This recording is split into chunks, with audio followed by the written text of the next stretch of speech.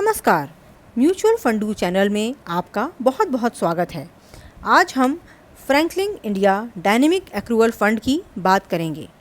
इस चर्चा को शुरू करने से पहले मैं आपको एक खुशखबरी देना चाहती हूँ और वो खुशखबरी यह है कि वोडाफोन आइडिया के जो बॉन्ड पेपर्स फ्रैंकलिन टेम्पल्टन के पास रखे हुए थे, जिन्हें कि सेग्रीगेटेड पोर्टफोलियो में डाल दिया गया था, उनकी तरफ से इंटरेस्ट का पेमेंट कर दिया गया है।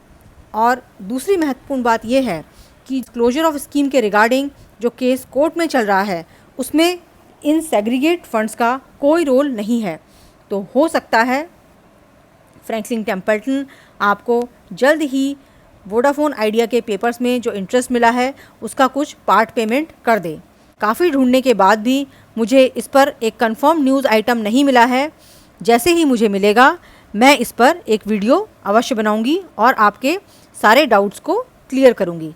चलिए आइए इस वीडियो को स्टार्ट करते हैं। आज हम चर्चा करेंगे Franklin India dynamic accrual fund की और कैलकुलेशन के साथ ये देखेंगे कि आपको कब कब कितना पैसा मिलने की उम्मीद है। एग्जाम्पल के तौर पर हम Franklin India dynamic accrual fund पर चर्चा करेंगे और अमाउंट इन्वेस्टेड जो है वो 5 लाख रुपीज़ होगा। वीडियो शुरू करने से पहले मैं कुछ डिस्क्लेमर देना चाहूँगी। First, the calculation is just an approximation. ये कैलकुलेशन सिर्फ एक अप्रॉक्सीमेशन है। Second, it does not confirms how much money you will actually receive. ये वीडियो कहीं भी ये दर्शाने का प्रयास नहीं करता है कि इतना पैसा आपको वाकई में मिल जाएगा। Third, kindly watch this video as a way of understanding the whole situation with an example. यह वीडियो सिर्फ एक प्रयास है आपको समझाने का मैथमेटिकल फॉर्म में कि आपको कितना पैसा मिलने की उम्मीद हो सकती है। Fourth, purpose of this video is to learn and grow. तो मैं आशा करती हूँ कि आप इस वीडियो को सिर्फ एजुकेशन के तौर पर देखें, इससे सीखें और आगे बढ़ें। एक और बात मैं आपसे कहना चाहती हूँ, क्योंकि अब ये पूरा मामला कोर्ट में है और वहाँ पर जो वोटिंग प्रोसेस है उसमें ऑलरेडी स्टे लगा दिया गया है, इसलिए जो पेमेंट की टाइमलाइंस दी गई हैं उनमें फ़र्क आ सकता है और ऐसा भी हो सकता है कि आपको जब भी पेमेंट के लिए क्लियरेंस मिले तो लम सम में आपको एक बड़ा चंक भी मिल सकता है, क्योंकि फ़ंड में जो इंटरेस्ट है और प्रिंसिपल पेमेंट है वो लगातार हो रहे हैं। तो आइए सबसे पहले हम इस फ़ंड का ग्राफ देखते हैं। ये जो ग्राफ है आपके सामने, ये पिछले एक साल का है, यानी 12 जून 2019 से लेकर और 12 जून 2020 तक का। और आइए अब एक दूसरा ग्राफ देखते हैं जिसमें हम 23 अप्रैल के बाद फ़ंड में किस तरह का फ़्लो आ रहा है उसे समझने का प्रयास करते हैं। तो ये देखिए, नीली लाइन में आप जो ब्लू लाइन है वो Franklin India dynamic accrual fund को दर्शाती है और आप देख सकते हैं यह करीब की -1.5 के आसपास अभी यह 0% से नीचे चल रही है, यानी इसमें एक तरह का नेगेटिव रिटर्न अभी चल रहा है। हमने इस पूरी स्टडी को 2 केस में बांटा है। केस 1 की अभी हम चर्चा करेंगे और इस केस में हम यह दर्शाने की कोशिश करेंगे कि अगर आपने 23 अप्रैल 2020 तक अपना पैसा निकाल लिया होता तो आपको कितना रिटर्न और कितना मनी मिला होता। तो जैसा कि आप जानते हैं इन्वेस्टेड अमाउंट जो है वो 5 लाख है और अगर आपने 23 अप्रैल 2018 को इसमें 5 लाख रुपये इन्वेस्ट किए तो उस समय उसकी नैव थी 61.32 और आपको यूनिट्स अलॉट होती 8153।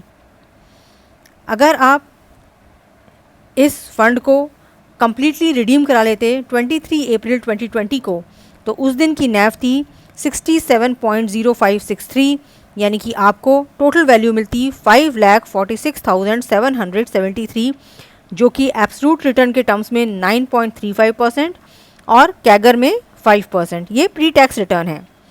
और अगर हम एनएवी की बात करें 11 जून 2020 को तो वो है 66.0471। अब हम केस 2 की चर्चा करेंगे। केस 2 में जो पेमेंट शेड्यूल आप देख रहे हैं यह लेटेस्ट पेमेंट शेड्यूल के हिसाब से मैंने परसेंटेज मेंशन किए हैं और अब आप लास्ट कॉलम की ओर ध्यान दीजिए। तो जो फर्स्ट पेमेंट है वो 16,000 रुपीज़ का होगा बिटवीन 30 मई टू 30 जून। जो सेकंड पेमेंट है वो 71,000 रुपीज़ का होगा फ्रॉम 1 जुलाई टू 30 सितंबर के बीच में। जो थर्ड पेमेंट है वो 5,000 का होगा बिटवीन 1 अक्टूबर 2020 टू 31 दिसंबर 2020। जो फोर्थ पेमेंट है वो 43,000 का होगा फ्रॉम 1 जनवरी 2021 टू 30 अप्रैल 2021। और उसके बाद से हम फिनेंशियल ईयर की चर्चा करेंगे।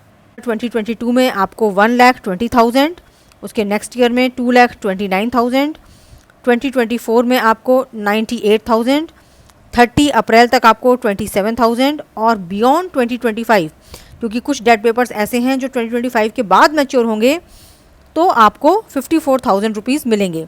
ये आपको वेरियस ट्रेंचेस हैं और अगर हम इन सबको जोड़ें तो बियॉन्ड 2025 तक आपको 5,46,773 रुपीज़ मिल जाने चाहिए। पर क्योंकि कोर्ट के द्वारा स्टे लगा दिया गया है, इसलिए जो ये पेमेंट शेड्यूल है ये अब वैलिड नहीं रह गया है। जब भी कोर्ट पेमेंट के लिए क्लियरेंस देगा तो हो सकता है आपको एक बड़ा चंक लमसम के तौर पे मिले, क्योंकि जो स्कीम है उसमें अभी भी इंटरेस्ट जो डेट फंड्स पे कर रहे हैं और जो प्रिंसिपल अमाउंट मैच्योरिटी पे मिलना है वो सब कार्रवाई चल रही है। अगर कोई कार्रवाई रुकी है फ़िलहाल के लिए तो वो एक है कि आप लोगों को पैसा मिलने में थोड़ा सा डिले हो सकता है। सेकंड, जो कंपनी है वो डेट मार्केट में जाकर डेट सिक्योरिटीज़ पेपर को नहीं बेच सकती है जब तक कि कोर्ट से क्लियरेंस नहीं आता है। लेकिन जो नॉर्मल पेमेंट फ़्लो फंड के अंदर होना है वो एज इट इज़ होता रहेगा। अब एक क्वेश्चन उठता है, can I get more than 5 lakhs? इसका एक आंसर हो सकता है यस। तो यस कैसे हो सकता है? क्योंकि एक तो इस फंड के ऊपर से मैनेजमेंट फीस हटा ली गई है और जो इंटरेस्ट ऑन बॉन्ड्स आ रहा है, और जो ऐसे बॉन्ड्स हैं जो कि आज की डेट में जिनके बॉन्ड्स की वैल्यू ज़्यादा नहीं रह गई है, अगर फ्यूचर में जब हालात सुधरते हैं और उनके बॉन्ड्स भी टाइमली पेमेंट करते हैं तो हो सकता है आपको ज़्यादा पैसा मिले। ऑप्शन 2 है नो। अगर कंपनीज़ अपने डेट पेपर्स को ऑनर नहीं करती हैं, इंटरेस्ट पेमेंट में या प्रिंसिपल पेमेंट में या दोनों के पेमेंट में वो डिफ़ॉल्ट कर जाती हैं, तो फिर आपको इस अमाउंट से कम अमाउंट भी मिल सकता है। मैं वीडियो को यहीं विराम देती हूँ। अपना वैल्यूबल टाइम स्पेयर करने के लिए आपका बहुत बहुत शुक्रिया।